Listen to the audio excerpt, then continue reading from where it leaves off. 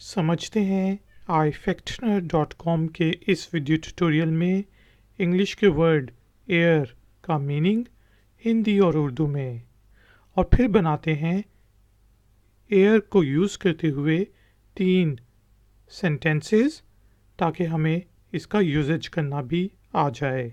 आखिर में करते हैं एक छोटी सी एक्सरसाइज। तो शुरू करते हैं ifactioner.com का वीडियो ट्यूटोरियल। इंग्लिश के वर्ड एयर के स्पेलिंग होते हैं AIR, एयर, और मीनिंग होता है हवा। एग्जाम्पल सेंटेंसेस हैं air is essential for humans, के इंसानों के लिए हवा ज़रूरी है। Air is essential for humans. इसी तरह the air quality is deteriorating in bigger cities around the world, कि दुनिया भर के बड़े शहरों में हवा की जो क्वालिटी है वो ख़राब हो रही है। धुएं से, फैक्ट्री के धुएं से, गाड़ियों के धुएं से, पोल्यूशन से। तो यहाँ पे हमने कहा the air quality is deteriorating.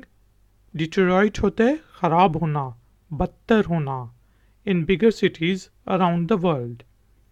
इसी तरह we should plant more trees to improve the air quality. हवा की क्वालिटी को बेहतर बनाने के लिए हमें ज़्यादा दरख्त लगाने चाहिए। We should plant more trees to improve the air quality. Word air का मीनिंग हुआ हवा।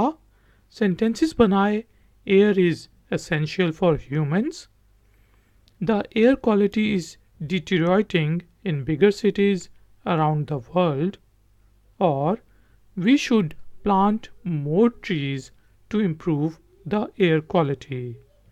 एक्सरसाइज के तौर पे आप इंग्लिश के वर्ड एयर को यूज़ करते हुए एक सेंटेंस बनाएं और नीचे कमेंट्स बॉक्स में पोस्ट कर दें। अगर तो वो ठीक होगा तो वेल एंड गुड, लेकिन अगर उसमें कोई गलती होगी तो मैं आपको पॉइंट आउट कर दूंगा।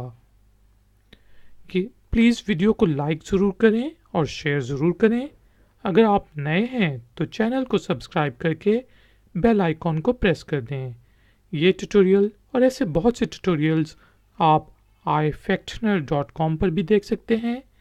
मिलेंगे एक और नए वीडियो ट्यूटोरियल में। Until then, take care, keep learning, keep enjoying. Good day.